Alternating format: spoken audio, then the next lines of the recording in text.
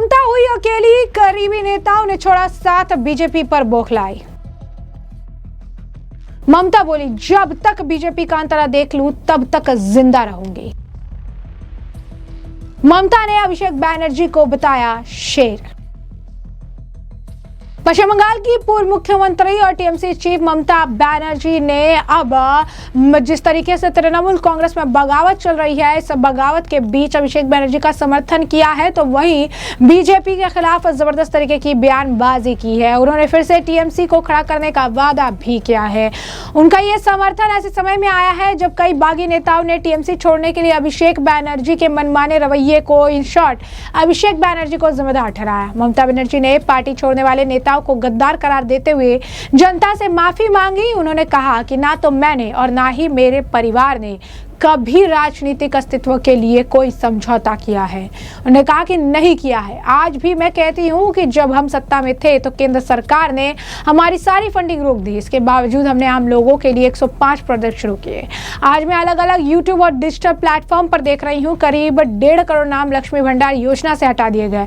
मुझे पता है कि इन 2 महीनों में बंगाल की हालत, बंगाल की संस्कृति, बंगाल का भाईचारा, महिलाओं की सुरक्षा, एंटी गुंडा एक्ट के नाम पर कई तरह के अत्याचार हो रहे हैं। उन्होंने कहा कि कई मामलों में गिरफ्तारियां हो रही हैं और धमकियां दी जा रही हैं। चूंकि बीजेपी का अपना कोई संगठन नहीं है, इसीलिए उन्होंने कुछ गद्दारों को चुना है जो कभी बीजेपी का विरोध नहीं करेंगे, और अगर वे करते भी हैं तो ये सिर्फ दिखावा होगा। ये लोग बीजेपी के इशारों पर दूसरों को धमकाते हैं। उन्होंने कहा कि अब पुलिस सब स्टेशन प्रभारी बीजेपी के ब्लॉक अध्यक्ष हैं और एसपी बीजेपी के जिला अध्यक्ष हैं। वे अलग अलग इलाकों में जाकर विधायकों को धमका रहे हैं, मेरे सक्रिय कार्यकर्ताओं को धमका रहे हैं। अभिषेक बैनर्जी को लेकर ममता बनर्जी ने बड़ा बयान दे दिया।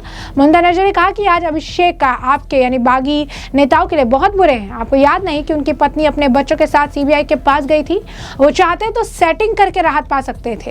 अगर उनसे कोई गलती हुई भी तो उससे जो है उबर कर दिखाया, क्योंकि वो एक शेर की तरह लड़ रहे हैं। बीजेपी पर आरोप लगाते उन्हें कहा कि डर दिखाकर सभी नगर पालिकाओं को भंग कर रहे हैं, जिला परिषद और पंचायत की ग्राम सभाओं पर जबरदस्ती कब्जा कर रहे हैं।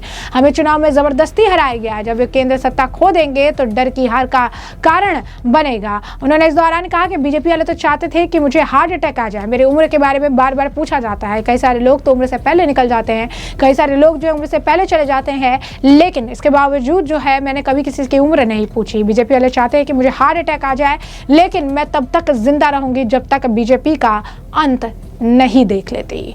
ममता बनर्जी ने इस दौरान जो है ये भी कहा कि बीजेपी एजेंसी और केंद्रीय बलों का गलत इस्तेमाल कर रही है। पुलिस बीजेपी एजेंट के तौर पर काम कर रही है। टीएमसी कार्यकर्ताओं को बैठकें करने की इजाजत नहीं दी जा रही है। ममता बनर्जी ने कहा कि हमें हारने के लिए मजबूर किया गया। किसी दिन ये साबित हो जाएगा। अगर मैंने सेटिंग की होती तो हमें ये सब नहीं हिलना पड़ता, लेकिन मैं अपना ज़मीर नहीं बेचती। मुझे उन लोगों से अफसोस है जिन्होंने हमारे सिंबल पर लड़ने वाले इन लोगों को वोट दिया। जिन लोगों पर बोझ है वे कैंप में शामिल हो रहे हैं। यानी ममता बनर्जी ने इस तरीके से जो है जबरदस्त तरीके की बयानबाजी की। कहीं ना कहीं जिस तरीके से ऋतव्रत बैनर्जी ने एक अलग गुट बना लिया है, ज़्यादा से ज़्यादा लोग उनके साथ है, ममता बनर्जी के साथ गिने चुने लोग रह गए हैं।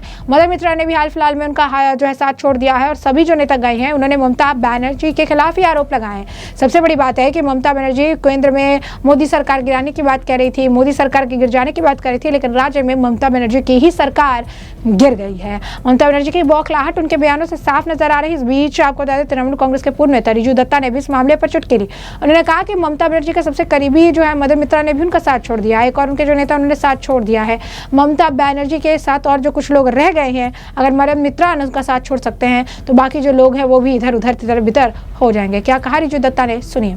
मदन मित्रा ही नहीं, अनुब्रत मंडल भी आज ममता दीदी को छोड़ के ऋतव्रत कैंप में चला गया है। जो लोग 40 साल से ममता बनर्जी के साथ पॉलिटिक्स कर रहे हैं, वो लोग ममता बनर्जी को छोड़ के जा रहे हैं, और दोनों ही बोल रहे हैं कि हम छोड़ रहे हैं अभिषेक बनर्जी के लिए। मदन मित्रा अभिषेक बनर्जी को हिटलर बोल रहे हैं, अनुब्रत मंडल बोल रहे हैं अभिषेक के लिए मैं जेल गया था। तो अभी सवाल इसी पे खड़ा होता है कि ममता दीदी को तो चॉइस करना पड़ेगा। मदन मित्रा जी ने बोला, हमने सबने बोला था अभिषेक को हटाओ, हम आपके साथ हैं। ममता दीदी अभिषेक को सचिन तेंदुलकर समझ रहे हैं, बट है वो पाड़ा का पोल्टू। अब ममता दीदी को कौन समझाने जाएगा? पोल्टू से नहीं हो पाएगा। अब ममता दीदी शायद उसको बचा रहे हैं, क्योंकि पूरा इतना साल का जो भ्रष्टाचार का पैसा अभिषेक उठाया है, इसका तो नॉलेज सिर्फ उसी के पास है ना कि देश में विदेश में कहाँ क्या रखा हुआ है। तो शायद इसीलिए आज तो ममता दीदी पार्टी के बारे में नहीं सोच रही है। आज तृणमूल रहे ना रहे, तृणमूल भाड़ में जाए, अभिषेक सुरक्षित रहना चाहिए। आज अभिषेक बनर्जी को जो पुलिस प्रोटेक्शन मिला है, हर एमपी को मिलता है, क्यों ऐसा वीआईपी प्रिविलेज मिल रहा है? यहाँ सवाल यहाँ पर हो रहा है। कोई नहीं रहेगा कालीघाट तृणमूल में, कोई नहीं रहेगा दीदी के साथ। मदन मित्र अनुब्रत मंडल जब छोड़ सकता है, बाकी जो 2-3 हैं वो भी कुछ दिनों में इधर उधर चले जाएंगे।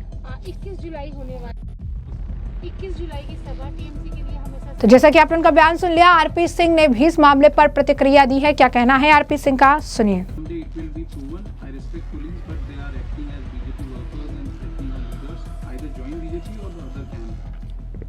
लोगों के मैंडेट को वो मानने को अभी तक तैयार नहीं है।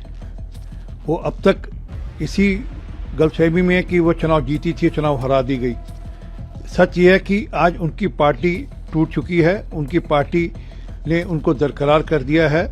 उनके पार्टी के मेजॉरिटी विधायक, मेजॉरिटी वर्कर्स आज अपनी अलग पार्टी बनाकर खड़े हैं और वो कहते हैं कि वो रियल टीएमसी हैं, जो कि सही भी है क्योंकि मेजॉरिटी तो उनके पास है। और मदन मित्रा ने क्या कहा, जो सबसे इनके नज़दीकी थे, उन्होंने कहा कि आज भी ममता बनर्जी अभिषेक बनर्जी के चलते हुए आज भी पार्टी के बाकी लोगों को अनदेखा कर रही हैं। अब इसके चलते तो कई लोगों ने पार्टी छोड़ी है। अब इनकी ममता बनर्जी को समझ में आना चाहिए कि वह जो अपना भतीजे का जो प्रति जो प्यार है उनको छोड़ना पड़ेगा, तभी बात बनेगी। तो आरपी सिंह का बयान आपने सुन लिया। इस मामले पर बीजेपी के नेता शाहनवाज हुसैन और सैयद जफर इस्लाम का बयान भी सामने आया है। उन्होंने भी यही कहा है कि ममता बनर्जी जो है अपनी हार को मानने के लिए तैयार नहीं है, हार को स्वीकार करने के लिए तैयार नहीं है। सत्ता उनके हाथ से चली गई है, जनता ने उन्हें नकार दिया है। क्या कहना है उनका, सुनिए। देखिए, ममता बनर्जी का ये बयान चिंता का विषय है कि उनको हार्ट अटैक क्यों हो। हम तो उनके स्वस्थ होने की कामना करते हैं, वो स्वस्थ रहें, लेकिन वजह भारतीय जनता पार्टी नहीं है। वजह आज उनका भतीजा अभिषेक बनर्जी की वजह से सब उनको छोड़कर बारी बारी चले गए हैं और आज हालत ये है कि वो तन्हा तन्हा रह गई। एनसीपी ने क्लैरिफिकेशन की स्थितियां चल रही हैं, उसके बाद ममता बनर्जी का ये बयान। देखिए, ममता बनर्जी अपने गरिमा में झांकेंगी तो समझ में आएगा कि उन्होंने कितना लोगों के साथ अन्याय किया है। इस तरह की बातें कह के वो लोगों को सिर्फ गुमराह करना चाहती हैं और कहीं ना कहीं उनके नज़र में अपने आप को अच्छा दिखाना चाहती हैं। लेकिन हकीकत है, लोगों का मन उनके प्रति क्या है वो हर लोग जानता है। लोगों के साथ क्या खिलवाड़ किया है, जनता के साथ क्या उन्होंने अन्याय किया है। इस ऐसे करने के बाद इस तरह की भाषा से उनको कोई किसी को रहम मुझे नहीं लगता उन पे आएगा। ये सब एक स्टंट है जो उनको ही बैकफायर करेगा। हकीकत है कि अपने गरिमा में झांकिए कि आपने अपने 10 साल 15 साल के कार्यकाल में किस तरह से जो है जो गवर्नेंस मॉडल रखा और कैसे लोगों के साथ अन्याय किया है।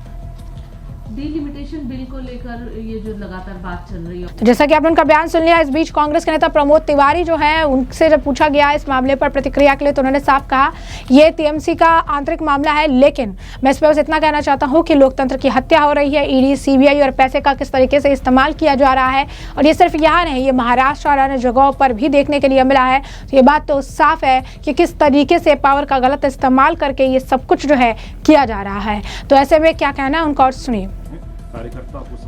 देखिए, ये टीएमसी का आंतरिक मामला है।